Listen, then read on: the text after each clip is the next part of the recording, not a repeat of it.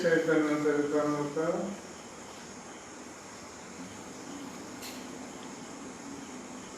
अंतलीला सप्तम अध्याय श्लोक नंबर 42।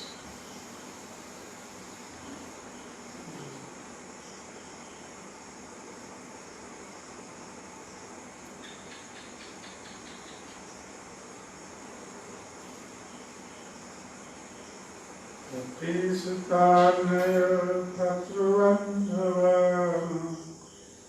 अति विलङ्घ्यते च्युतायतः गतिविदस्तावोद्गितमुहिता हितवयोसितः कस्तवेर्निशि। ये गोपियां गोपी गीत में कृष्ण के लिए कह रही है कि हे प्रिय कृष्ण,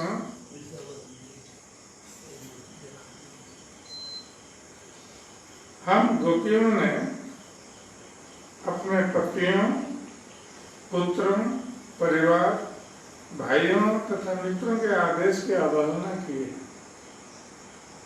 और आपके पास आने के लिए उनका संग छोड़ा है। आप हमारी इच्छाओं के विषय में सब कुछ जानते हैं। हम आपकी बंसी के सर्वोत्कृष्ट संगीत से आकृष्ट होकर आए हैं, किंतु आप बहुत बड़े शठ निकले, क्योंकि इस रात्रि में ऐसा कौन होगा जो हम जैसी तरुणियों का साथ छोड़ देगा।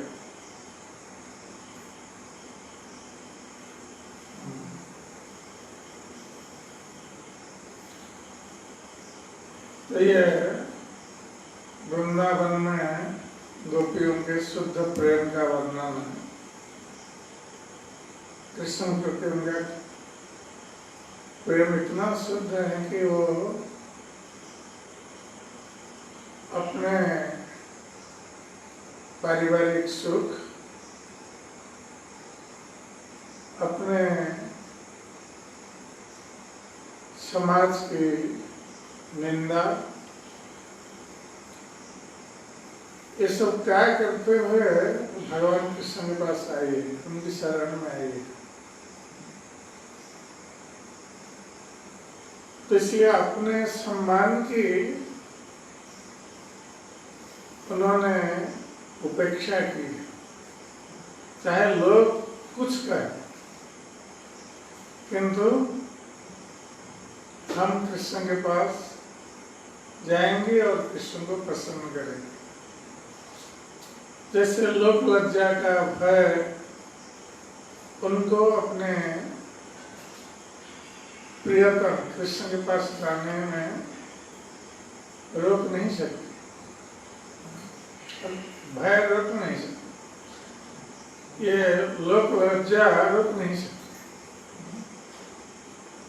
इसलिए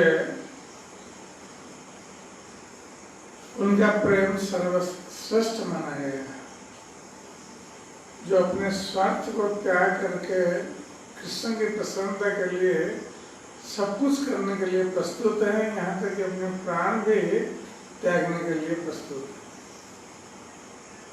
तो ऐसा प्रेम, ऐसा उत्सर्गीकृत जीवन ये और भक्तों में नहीं देखा जाता है। इसलिए गोपियों को भगवान के सर्वश्रेष्ठ भक्त बताया गया, जिनके भगवान स्वयं ऋणी हो जाते हैं। सर्वोत्तम भजनयै सर्वभक्ति जिनी, अतएव कृष्ण कहे अमी तुम्हार ऋणी। तो गोपियों का ये माधुर्य प्रेम सर्वोच्च भक्ति है, जो भक्ति के अन्य सारी विधियों को पार कर जाती है। इसलिए भगवान कृष्ण को कहना पड़ा कि हे गोपियों, मैं तुम लोगों का ऋण नहीं उतार सकता, निसंदेह मैं तुम लोगों का सदैव ऋणी हूँ।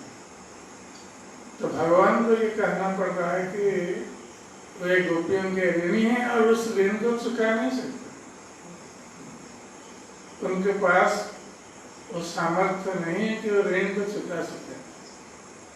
भगवान अपने को असमर्थ पाते हैं गोपियों के ऋण को चुकाने के लिए।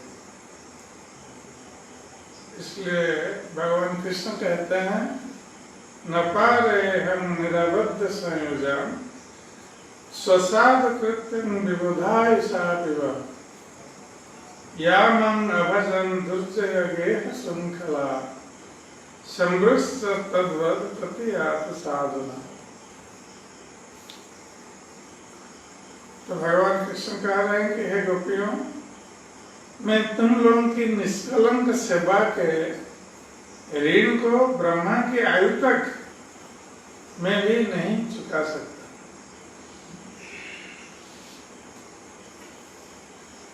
तो कोई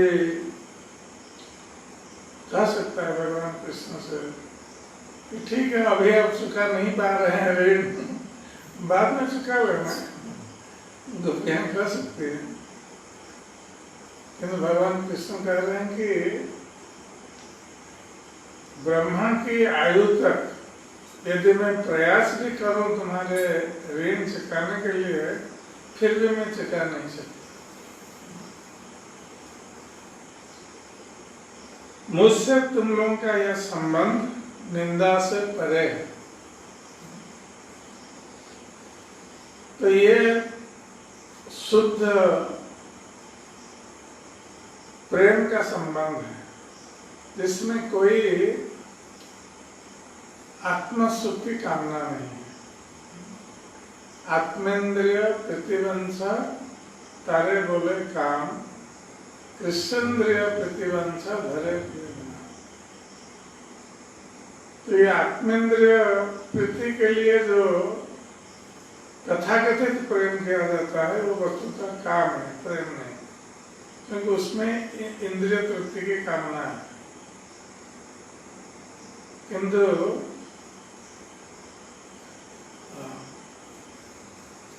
कृष्णेंद्रिय प्रतिवंश धरे प्रेम, किंतु भगवान कृष्ण की इंद्रियों की प्रीति के लिए, कृष्ण को सुख देने के लिए जो इच्छा या अभिलाष है वही वास्तविक प्रेम है।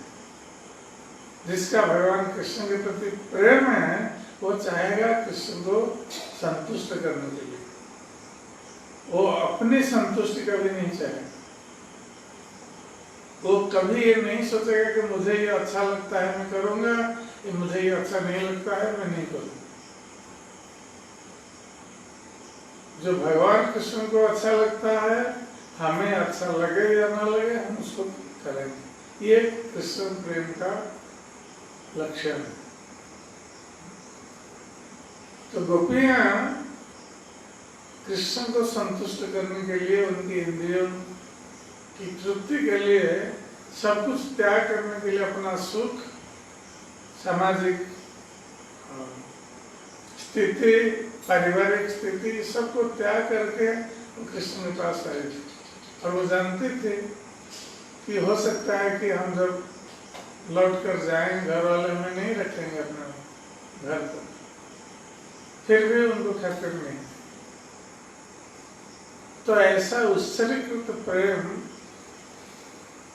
और दूसरे भक्तों में नहीं देखा जाता है। इसलिए इनके प्रेम को सर्वश्रेष्ठ कहा गया है, और जिनके प्रेम के ऋणी स्वयं भगवान कृष्ण है। और भगवान कृष्ण कह रहे हैं कि इस ऋण को मैं चुका भी नहीं सकता। तो भगवान कृष्ण कहते हैं कि मुझसे तुम लोगों का यह संबंध निंदा से परे है। तुम लोगों ने समस्त घरेलू संबंधों को तोड़कर मेरी पूजा की, जिन्हें तोड़ पाना अत्यंत कठिन है। पारिवारिक संबंध को त्याग करना बहुत कठिन है संसारी लोगों के लिए। और जो भक्त पारिवारिक संबंध को त्याग करके कृष्ण की सेवा के लिए आता है, तो ये बहुत बड़ा त्याग है उसके। इसलिए तुम्हारे यशस्वी कार्य ही तुम्हारा पुरस्कार वाला है। तो भगवान कृष्ण कहते हैं मैं तो तुम्हारा ऋण चुका नहीं सकता, इसलिए तुम्हारा जो महनीय कार्य है कि मेरे लिए तुम लोगों ने सर्वस्व त्याग दिया है, वही तुम्हारा पुरस्कार है। तुम्हारे इस प्रेम का वही प्रतिदान है। मैं तो कुछ नहीं दे सकता, क्योंकि वही तुम्हारा प्रतिदान है। ऐश्वर्य ज्ञान है केवला भाव प्रधान, पृथ्वी ते भक्त नहीं उद्धव समान। शुद्ध कृष्ण प्रेम ऐश्वर्य में कृष्ण प्रेम से सर्वथा भिन्न होता है, और सर्वोच्च पद पर होता है। इस पृथ्वी पर उद्धव से बढ़कर कोई भक्त नहीं है। तेहंजार पद धूलि करे न प्रार्थना, स्वरूपेर संग पैलुम सब शिक्षा। तो चैतन्य महाप्रभु कह रहे हैं कि संसार में उद्धव जी को श्रेष्ठ भक्त बताया गया, जिनको भगवान कृष्ण का नित्य निरंतर सानिध्य प्राप्त, और वही उद्धव गोपियों के पदरेणु की वंदना करते हैं। तो चैतन्य महाप्रभु कह रहे हैं कि ये शिक्षा मैंने स्वरूप दामोदर गोस्वामी से प्राप्त की।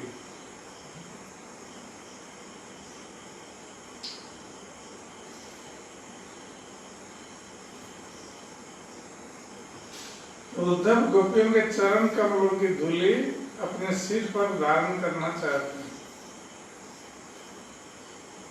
तो श्रीमद् भागवत में बताया गया है, उद्धव जी जब गए थे ब्रज में, और कृष्ण ने भेजा था उद्धव जी ब्रजवासियों को और विशेष रूप से गोपियों को सांत्वना देने के लिए। तो ब्रजवासियों का गोपियों का शुद्ध कृष्ण प्रेम को देखकर उद्धव विह्वल हो गए। उन्होंने सोचा कि ऐसा प्रेम तो हमने कहीं नहीं देखा, ना हमें वो प्रेम है ना किसी और किसी भक्त। इसलिए उद्धव जी ने कामना की थी कि ये गोपियों की पदधूलि यदि मुझे प्राप्त हो जाए तो मेरे हृदय में भी ऐसा प्रेम जागृत हो सकता है। तो उन्होंने कामना की थी, और उद्धव जी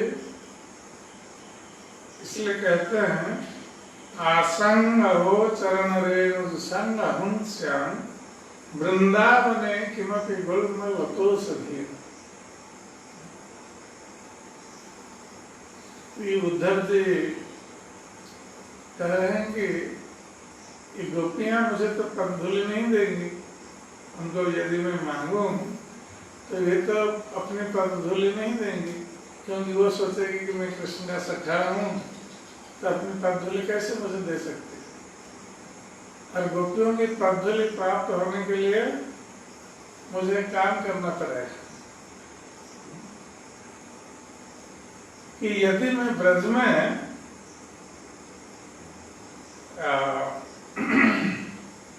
गुल्मलता होकर जन्म लूं, तो गोपियां जब चलेगी उस रास्ते पर तो उनकी पदधूलि मुझे प्राप्त हो जाएगी। तो इसलिए कहते हैं, वृंदावन की गोपियों ने अपने पतियों, पुत्रों तथा अन्य पारिवारिक जनों का साथ छोड़ दिया है। आशामहो चरण रेणु संघं वृंदावने किमपि गुल्मलतो सदीनम् या दुष्टजं स्वजनं आर्यपथं च हित्वा भेजुर्मुकुन्द पदविंशतिर्विमुख्यम्। तो वृंदावन की गोपियों ने अपने पतियों, पुत्रों तथा अन्य पारिवारिक जनों का साथ छोड़ दिया है, जिन्हें छोड़ पाना संसार में अत्यंत कठिन है। और उन्होंने वैदिक ज्ञान से खोजे जाने वाले मुकुंद के चरण कमलों की शरण ग्रहण करने के लिए सतीत्व का मार्ग भी त्याग दिया है। ओह, यदि मैं वृंदावन की कोई झाड़ी लता या औषधि बन जाऊं तो कितना भाग्यशाली होऊंगा, क्योंकि तब गोपियां इन्हें अपने पांव से रंगते हुए अपने चरण कमलों की धूल से आशीर्वाद देंगे। तो ये उद्धव जी की कामना है, इसलिए उद्धव जी तपस्या कर रहे हैं गोवर्धन के पास उद्धवपुर नाम स्थान पर।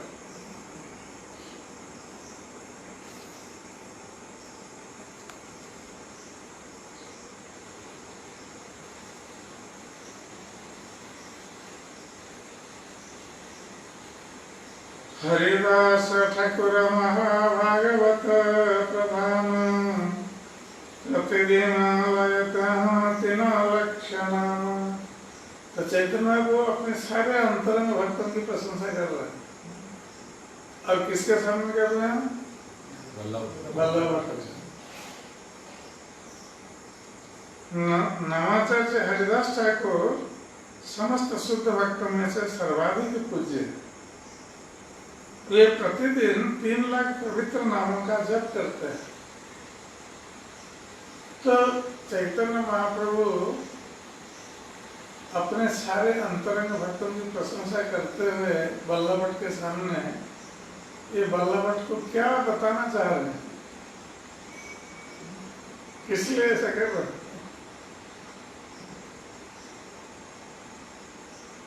क्योंकि चैतन्य महाप्रभु के ये सारे भक्त ये भक्ति के एक एक अंग में सर्वश्रेष्ठ है।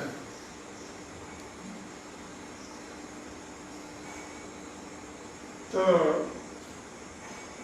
इसलिए भक्ति कैसे की जाती है ये कहकर भक्तों के भक्ति का और उनके यश का वर्णन करते हुए चैतन्य महाप्रभु वल्लभ भट्ट के सामने ये प्रस्तुत कर रहे हैं कि ये सब कितने महान भक्त हैं जो इस प्रकार भगवान की भक्ति में लगे हुए हैं।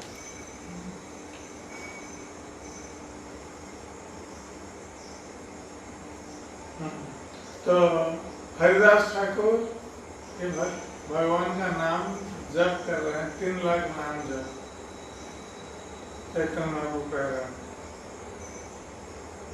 नामेर महिमामी तरठाई सिखिलू तार प्रसाद नामेर महिमा जानिलू। चैतन्य महाप्रभु कह रहे हैं कि हरिदास ठाकुर के पास से हमने नाम की महिमा की शिक्षा की, नाम की क्या महिमा है, और उनकी कृपा से ही मुझे नाम की महिमा के बारे में पता चला, अन्यथा मैं नहीं जानता था नाम की महिमा। आचार्य रत्न आचार्य निधि पंडित गदाधर जगदानंद दामोदर शंकर वक्रेश्वर काशेश्वर मुकुंद वासुदेव मुरारी आराधत भक्तगण गौड़े अवतरी कृष्ण नाम प्रेम कैला जगते प्रचार यहाँ सवार संग कृष्ण भक्ति जय अमर। तो चैतन्य महाप्रभु कह रहे हैं कि ये सब जो भक्त हैं गौड़ देश के भक्तगण, ये सब कृष्ण नाम के साथ प्रेम का प्रचार किया है सारे जगत में, और इन लोगों का संग प्राप्त करने के कारण मुझे कृष्ण भक्ति प्राप्त हुई है। चैतन्य महाप्रभु का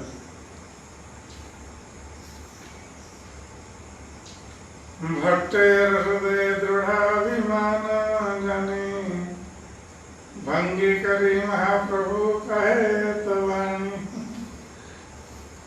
चैतन्य महाप्रभु यद्यपि वो सम्मान कर रहे थे वल्लभ भट्ट का, और सम्मान देकर उनको बिठाया, पहले से परिचय भी था, किंतु वो जानते थे कि इनके मन में कुछ अभिमान है, अहंकार,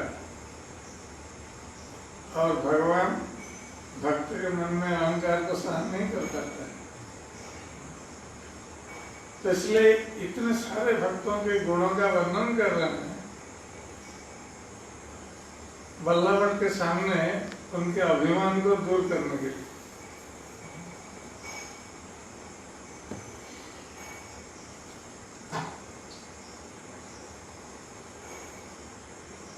तो ये कहकर चैतन्य आप कहेंगे इन लोगों से मैं सीख रहा हूँ, भक्त क्या है मैं सीख रहा हूँ। इसका अर्थ वो बल्लभ से परोक्ष में कहना चाहते हैं कि इन भक्तों से भक्ति क्या है सीखो पहले। क्योंकि बल्लभ अपने को बहुत बड़ा भक्त मानते थे, मन में अभिमान था।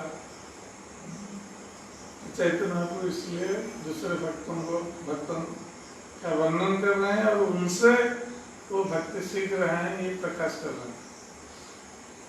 तो प्रभु तात्पर्य में लिखते हैं बल्लभ भट्ट को अपने भक्ति विषय के ज्ञान पर अत्यधिक गर्व था, इसलिए वे महाप्रभु को जाने बिना उनके विषय में बोलना चाह रहे थे। इसलिए महाप्रभु ने कई प्रकार से इंगित किया कि यदि बल्लभ भट्ट वास्तव में जानना चाहते हैं कि भक्ति क्या है तो उन्हें उन सारे भक्तों से सीखना होगा जिनका उल्लेख उन्होंने किया, यथा अद्वैताचार्य, भगवान नित्यानंद, सार्वभौम भट्टाचार्य, रामानंद राय इत्यादि। जैसे कि स्वरूप दामोदर ने कहा है कि यदि कोई श्रीमद् भागवत का अर्थ जानना चाहता है तो उसे किसी स्वरूप सिद्ध व्यक्ति से शिक्षा लेनी होगी। किसी को गर्वित होकर यह नहीं सोचना चाहिए कि पुस्तकें पढ़ने से वो भगवान की दिव्य प्रेम भक्ति को समझ सकता है।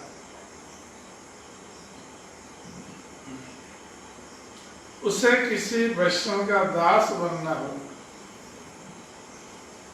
जैसा कि नरोत्तम दास ठाकुर ने पुष्टि की है, छाड़िया वैष्णव सेवा निस्तार पाए केवल। शुद्ध वैष्णव की श्रद्धा पूर्वक सेवा किए बिना दिव्य पद प्राप्त नहीं किया जा सकता। उसे वैष्णव गुरु का आश्रय स्वीकार करना चाहिए और तब प्रश्नोत्तर द्वारा धीरे धीरे सीखना चाहिए कि कृष्ण की भक्ति क्या है।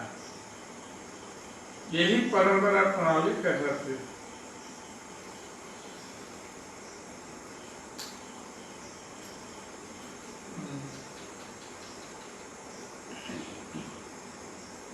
आमी से वैष्णव भक्ति सिद्धांत सब जानी, आमी से भागवत अर्थ उत्तम व्याख्यानी। तो ये बल्लभ भट्ट के मन में ये अहंकार था, गर्व था। क्या गर्व था? वो सोच रहे थे कि मैं महान वैष्णव हूँ। अगले भक्त सोचते हैं मैं बहुत बड़ा भक्त हूँ। तो बल्लभ भट्ट सोच रहे थे कि मैं महान वैष्णव हूँ। वैष्णव दर्शन के सारे सिद्धांतों को सीखने के बाद मैं श्रीमद् भागवत का अर्थ समझ सकता हूँ और बहुत अच्छी तरह से इसकी व्याख्या भी कर सकता हूँ। उनके मन में इस प्रकार का अहंकार था।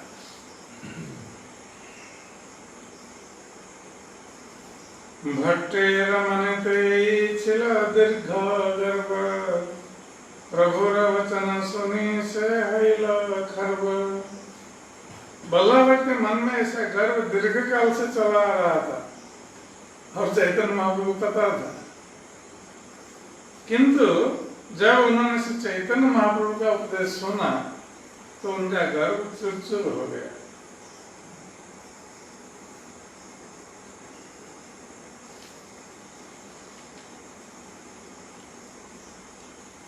तो पहले तो चैतन्य महाप्रभु ने अपनी विनम्रता प्रकट करते हुए बल्लभ भट्ट के सामने कहा कि मैं कुछ नहीं जानता, क्योंकि बल्लभ भट्ट उनको कह रहे थे आप तो साक्षात ईश्वर है। तो ईश्वर को तो सब कुछ ज्ञान होना चाहिए। तो चैतन्य बाबू कह रहे नहीं नहीं, मैं कुछ नहीं जानता, इन भक्तों से मैं सीख रहा हूँ। तो अपनी विनम्रता प्रकट करके बल्लभ भट्ट के गर्व को शून्य करना चाहते थे और उसके साथ साथ दूसरे भक्तों की महिमा वर्णन करते हुए उसके गर्व को भी शून्य करना चाहते।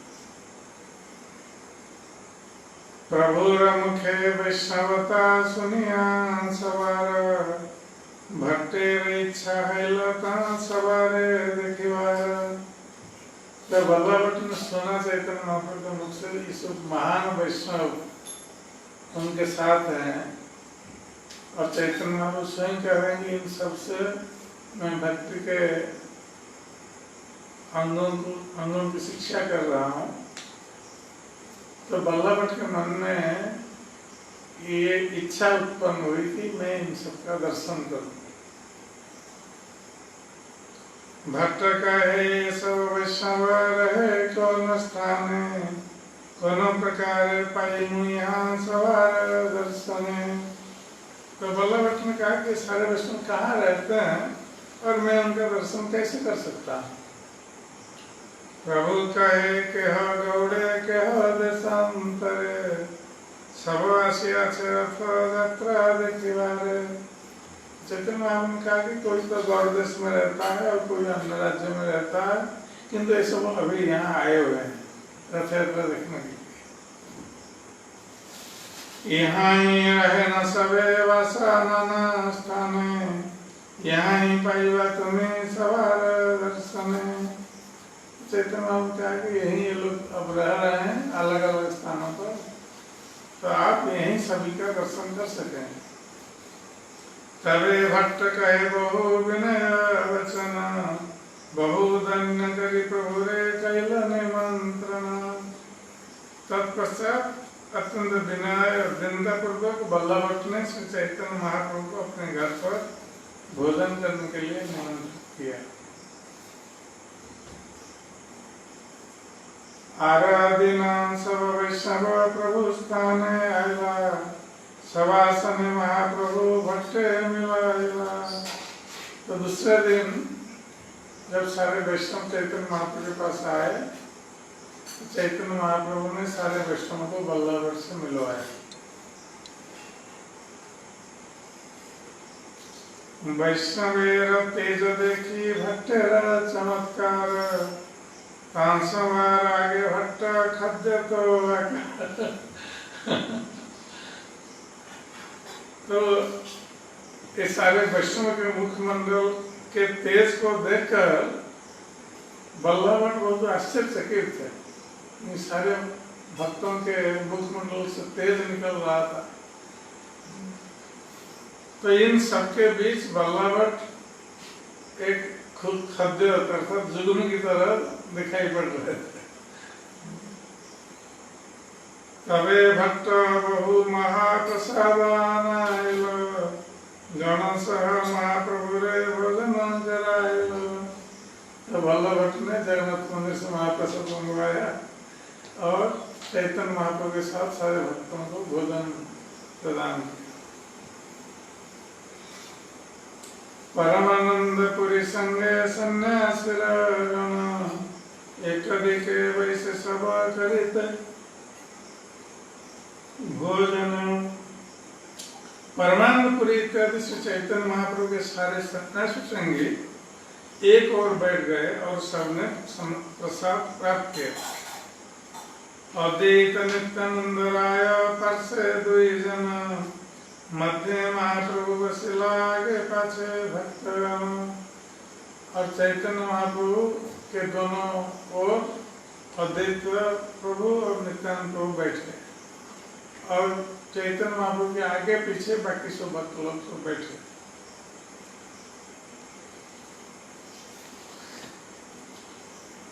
गौड़ेर भक्त दत्त कहिते न पारी, अंगने बसिला सब यहाँ सारी सारी। तो बंगाल से जितने भक्त आए थे उनकी गिनती करना संभव नहीं है और ये सारे भक्त पंक्ति में वो आंगन में सब बैठ गए जहाँ चैतन्य महाप्रभु रहते थे। प्रभु भक्त गण देखी भट्टेर चमत्कार, प्रत्येक सवार पदे कैल नमस्कार। जब बल्लभ ने श्री चैतन्य महाप्रभु के सारे भक्तों को देखा तो उनके आश्चर्य का ठिकाना न रहा, और भक्तिवश उन्होंने उनमें से हर एक के चरण कमलों पर नमस्कार निवेदन किया।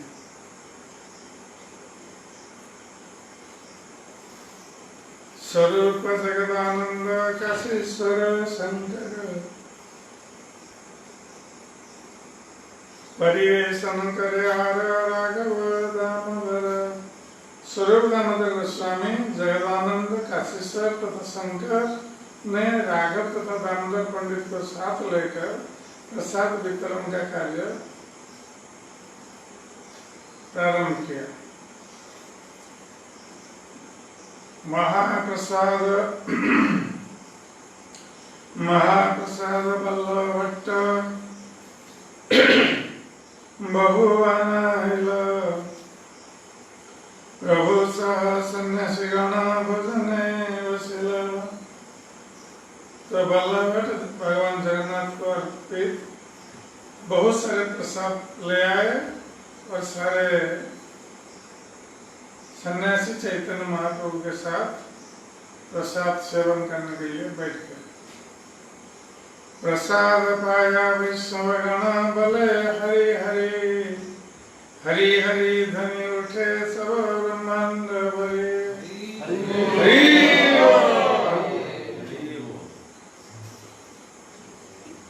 सारे वैष्णवगण प्रसाद पाने के लिए सब बैठे हैं, और प्रसाद पाने से पहले सभी हरिध्वनि कर रहे हैं। और उस हरिध्वनि से जिस प्रकार ऐसा लगा कि वो हरिध्वनि सारे ब्रह्मांड में भर गई। इतने सारे वैष्णव एक साथ हरि, तो जैसे सारे ब्रह्मांड में ये ध्वनि भर गई।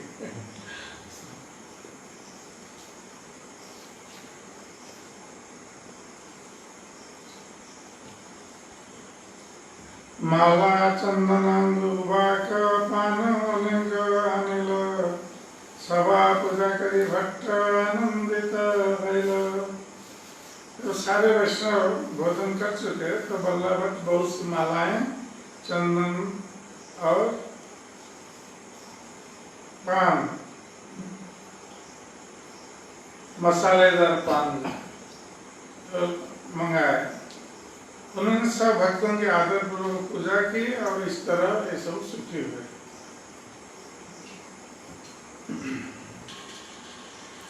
रथ यात्रा दिने प्रभु कीर्तन आरंभिला, पूर्ववत सात संप्रदाय पृथक करिला। तो रथ यात्रा के दिन चैतन्य महाप्रभु ने सारे भक्तों को लेकर 7 संप्रदाय में कीर्तन प्रारंभ किया, जिस प्रकार पहले किया था।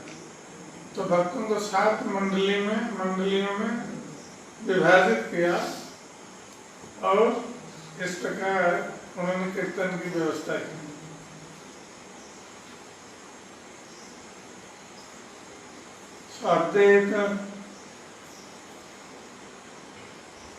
अद्वैत नित्यानंद हरिदास वक्रेश्वर, श्रीवास राघव पंडित गदाधर।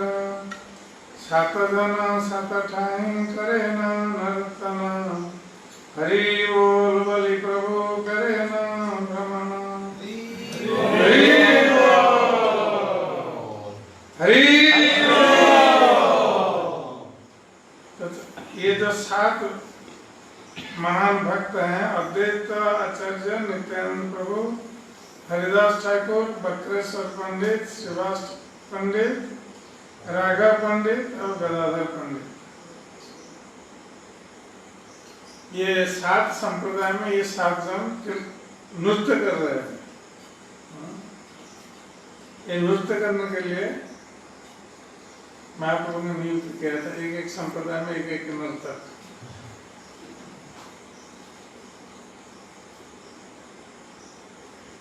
और चैतन्य महाप्रभु स्वयं हरिबोल बोल करके हर टोली या हर मंडली में जाते थे, जो 7 मंडलियां। 14 मादल बाजे उच्च संकीर्तन, एक एक नर्तकेर प्रेमे फसिल भुवन। तो जब जगन्नाथ के रथ यात्रा के समय ये 7 संप्रदाय में कीर्तन चल रहा था, तो एक एक व्यक्ति हर संप्रदाय में एक एक भक्त नृत्य कर रहे थे, और हर मंडली में कितने मृदंग थे? 2 मृदंगे। तो इस प्रकार हर टोली का एक नर्तक था, जिसके प्रेमाविष्ट नृत्य से संपूर्ण ब्रह्मांड आप्लावित हो। देखी वल्लभट्टेर हईल चमत्कार, आनंद विहल नहीं आपन संभाव। तो ये सब देखकर वल्लभ भट्ट पूर्णतया आश्चर्यचकित थे।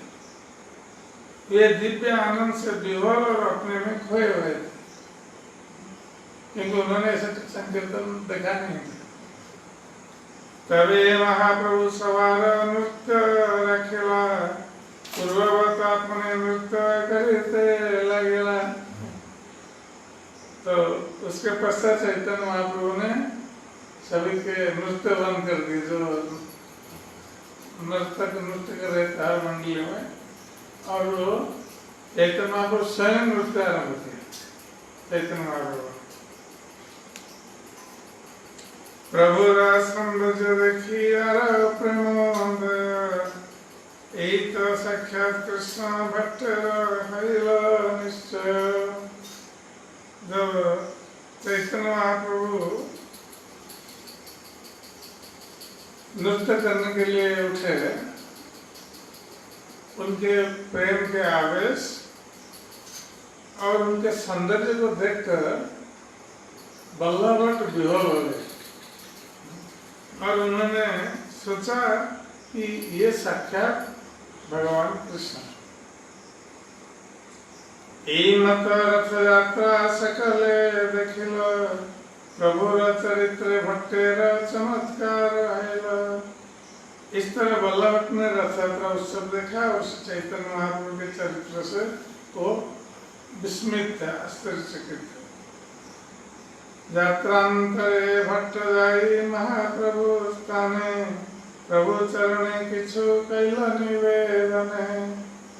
तो रथ यात्रा समाप्त होने के बाद एक दिन वल्लभ भट्ट चैतन्य महाप्रभु के पास आए और उनके चरण कमलों पर एक निवेदन किया।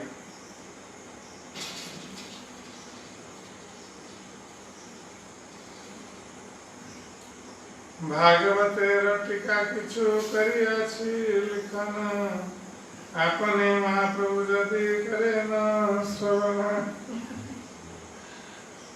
तो वल्लभ भट्ट ने चैतन्य महाप्रभु से कहा कि हमने भागवत पर टीका लिखी, तो आप यदि कृपा करके इसका श्रवण करें तो अच्छा।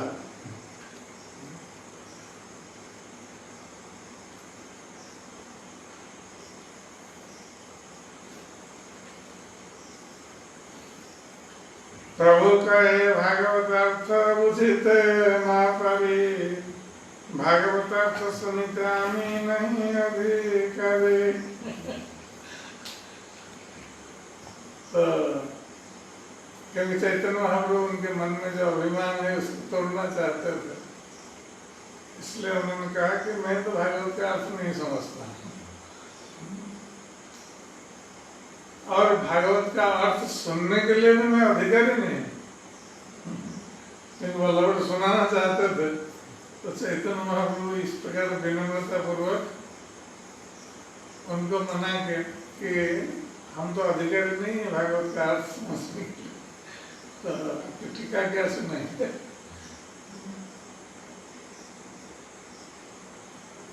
बसी कृष्ण नाम मात्र करिए ग्रहण, संख्या नाम पूर्ण मोर नहीं चैतन्य कह रहे मैं केवल बैठ करके भगवान के पवित्र नाम का जप कर रहा हूँ, संख्या पूर्वक नाम जप कर रहा हूँ, और इसमें मेरा रात्रि दिन चला जाता है, मेरा नाम पूर्ण नहीं होता है। भट्ट कहे कृष्ण नामेर अर्थ व्याख्याने विस्तार कराची कहा कर श्रवण।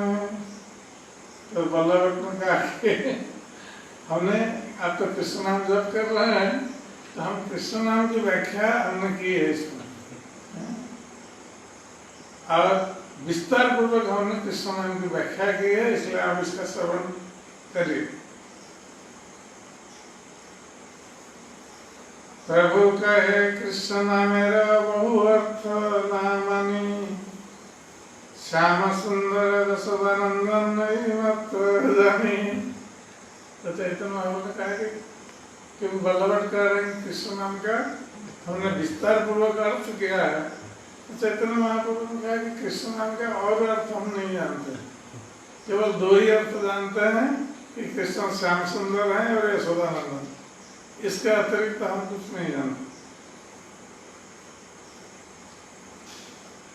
कमाल श्यामल पीछे श्री जसोदा स्तनंधे कृष्ण नाम रूढ़ रूढ़ी रीति सर्वशास्त्र निर्णय।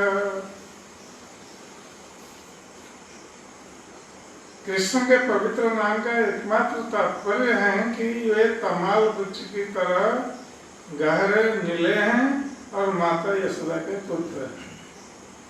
यही समस्त प्रामाणिक शास्त्रों का निर्णय है।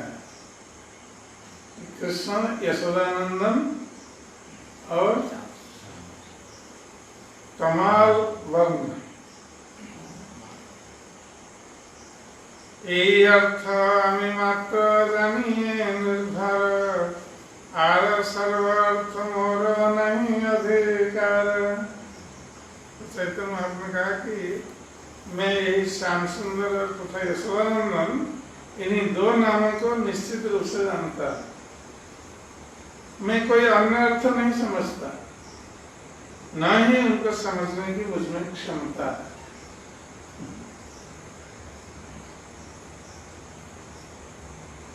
फल्गु प्राय भट्टेर नमा विषव व्याख्या, सर्वज्ञ प्रभु जानितारे करे न उपेक्षा।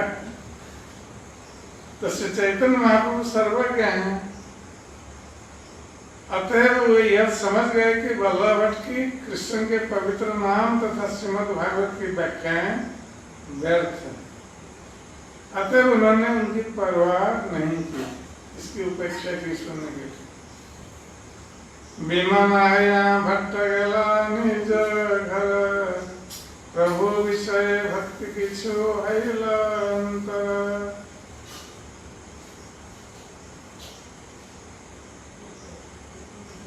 तो जब श्री चैतन्य महाप्रभु ने बल्लभ भट्ट की व्याख्याएं सुनने के लिए मना कर दिया, क्योंकि उन्होंने कहा कि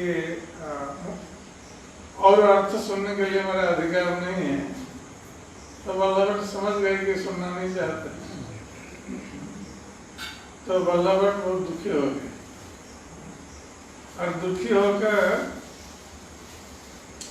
वो अपने घर चले गए। किंतु चैतन्य महाप्रभु के संबंध में उनकी जो भक्ति थी, चैतन्य महाप्रभु को सम्मान करते थे, तो उनकी भक्ति में थोड़ा अंतर हुआ है, कम हो गई। कि हम सुनाना चाहते थे, चैतन्य महाप्रभु ने नहीं सुना, दुखी हो गए, और चैतन्य महाप्रभु में जो श्रद्धा भक्ति थी वो थोड़ी कम हो गई।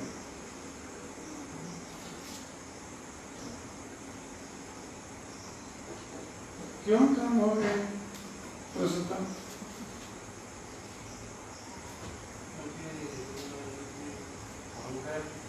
हैं?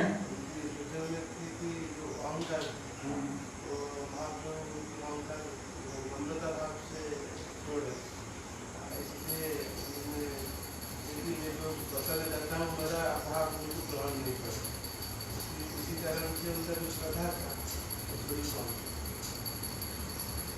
इसका अर्थ कि यदि चैतन्य महाप्रभु सुनते उनका अर्थ तो उनकी श्रद्धा और बढ़ जाती चैतन्य महाप्रभु के प्रति। क्योंकि चैतन्य महाप्रभु नहीं सुना इसलिए श्रद्धा कम हो गई, तो उनकी श्रद्धा वास्तविक नहीं थी। श्रद्धा या भक्ति वास्तविक नहीं थी, वो अपने सुख पर निर्भर करता था। क्योंकि चैतन्य महाप्रभु सुनते तो बल्लभ भट्ट प्रसन्न होते, उन्होंने नहीं सुना तो वो प्रसन्न नहीं हुए, दुखी हो गए, और दुख के कारण उनकी श्रद्धा और भक्ति चैतन्य महाप्रभु की कम हो गई। इसका अर्थ है कि उनकी श्रद्धा या भक्ति उनके सुख दुख पर आधारित है। इसका अर्थ है कि ये वास्तविक श्रद्धा नहीं थी। उनकी इंद्रिय तृप्ति यदि होती तब उनकी श्रद्धा बढ़ती, इंद्रिय तृप्ति नहीं हुई तो श्रद्धा कम होगी।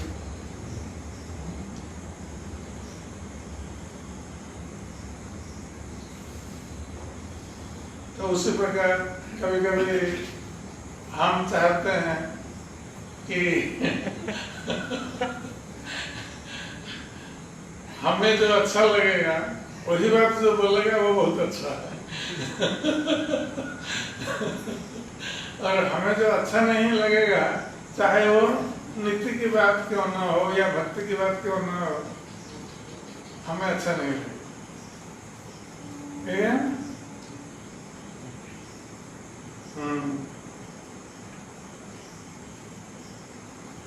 तबे भट्ट गेला पंडित गोसाई ठाई, नाना मते प्रीति करी करे आशा जाई।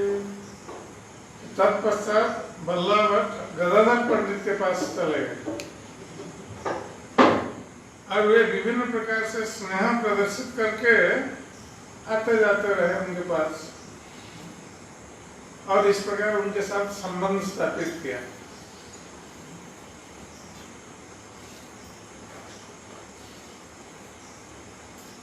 प्रभुर उपेक्षा सब नीलाचले जन, भट्टेर व्याख्यान किछु न करे श्रवण। तो चैतन्य महाप्रभु ने बल्लभ भट्ट की उपेक्षा की तो बाकी जो भक्त सब थे वे भी उपेक्षा करने लगे, उनकी व्याख्या कोई सुनना नहीं चाहता। वो जिसके पास जाते सुनाने के लिए कोई सुनना नहीं चाहता, क्योंकि चैतन्य महाप्रभु नहीं सुना, तो ये गदाधर पंडित के पास गए और उनके साथ संबंध स्थापित किया कि गदाधर पंडित बहुत सरल थे।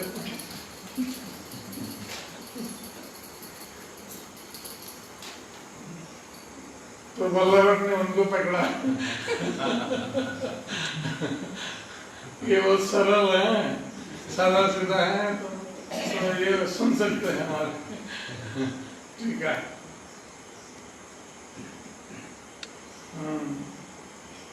लज्जित हैल भट्ट हैल माने, दुखित गेल पंडितेर तने।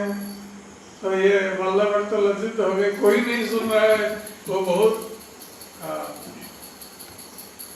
अहंकार बस आए थे सुनाने के लिए।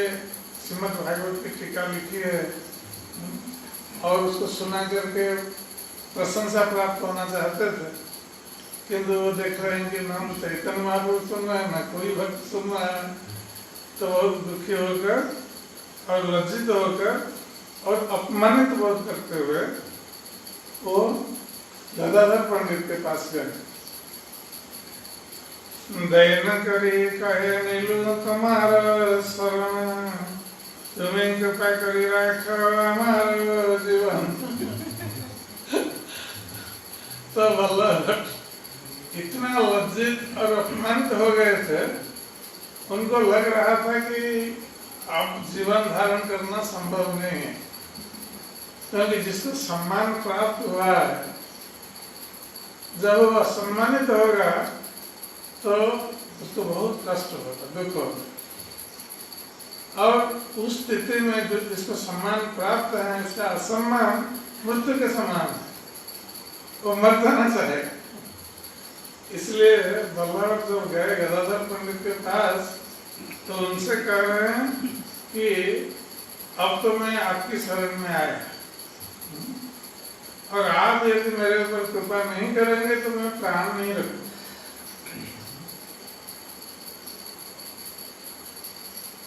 कृष्ण नाम व्याख्या यदि करह श्रवण तबे मोर लज्जा पुंक हव हव हय प्रक्षालन। तो वल्लभ ने पंडित से कहा कि आप हमने कृष्ण नाम की व्याख्या लिखी है, यदि आप इसका श्रवण करेंगे तो मुझे जो लज्जा प्राप्त हुई, अपमान प्राप्त हुआ है, तो ये लज्जा रूपी पंख कीचड़ ये धुल जाएगा, अर्थात हमारी लज्जा समाप्त हो जाएगी। ठीक है, चलो नीलाचल में कोई नहीं सुना तो एक व्यक्ति ने तो सुना है, गदाधर पंडित। संकटे पड़ेला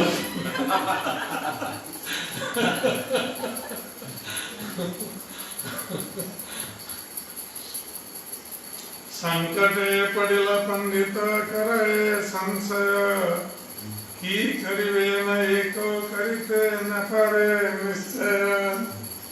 तो कभी कभी भक्ति के साथ ऐसा होता है कि निश्चित नहीं कर पाते क्या करे। कोई नहीं सुन रहा है, आया है हमारे पास, हम सुनेंगे नहीं सुनेंगे, चैतन्य महाप्रभु नहीं सुन रहे हैं,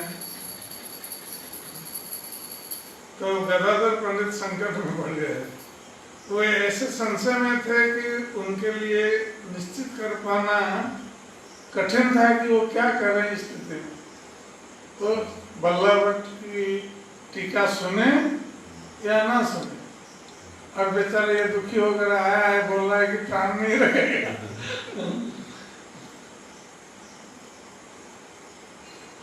तो श्री प्रभुपाद लिखते हैं तात्पर्य में, श्री चैतन्य महाप्रभु ने बल्लभ भट्ट को गंभीरता से नहीं लिया, इसलिए पंडित गोसाई अर्थात गदाधर गोसाई बड़े ही संशय में पड़ गए। यदि वे बल्लभ भट्ट की कृष्ण नाम व्याख्या को सुनते हैं तो उनकी स्थिति क्या होगी। निश्चय ही श्री चैतन्य महाप्रभु क्रोधित होंगे, इसलिए गदाधर पंडित गोसाई कोई निर्णय नहीं कर पाए।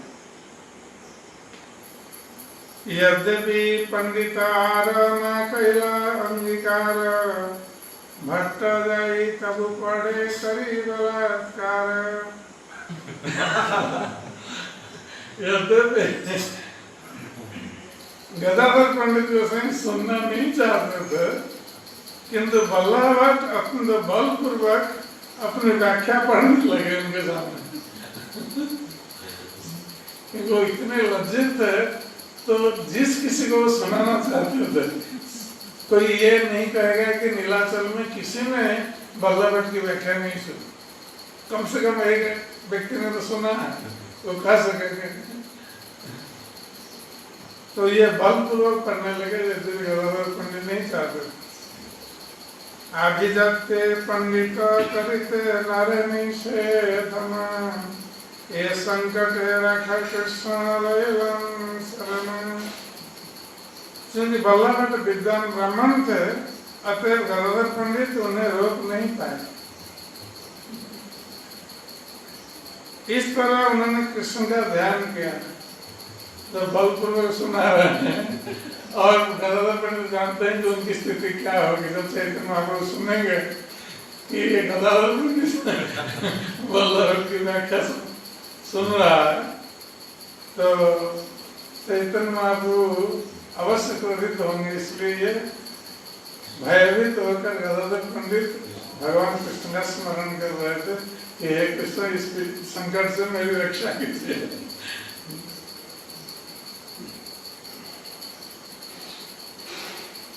अंतर्यामी प्रभु जानी बन मोर मन तारे भय नहीं किछु विषमतार गम।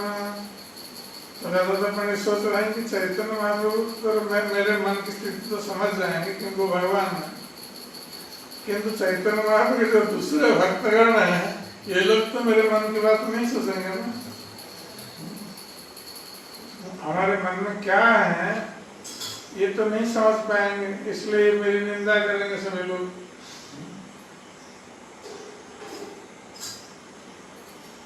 तो इसलिए कहते हैं कि मुझे चैतन्य महाप्रभु से भय नहीं है, किंतु उनके संगी अत्यंत आलोचना में पटु है। ये हमारी आलोचना करेंगे कि चैतन्य महाप्रभु नहीं सुना, तुम इतना बड़ा पंडित बनना कि उनकी व्याख्या सुनो।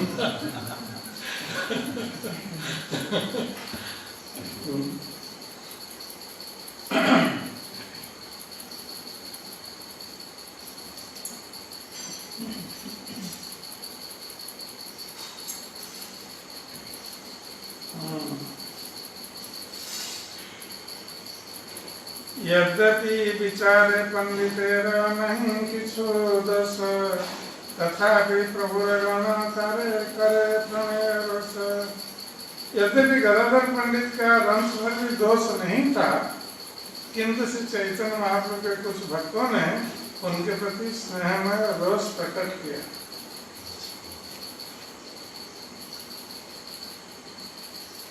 प्रत्यवल्लभ ऐसे प्रभु स्थाने, उद्ग्रहादि जाय करे आचार्यादि सने।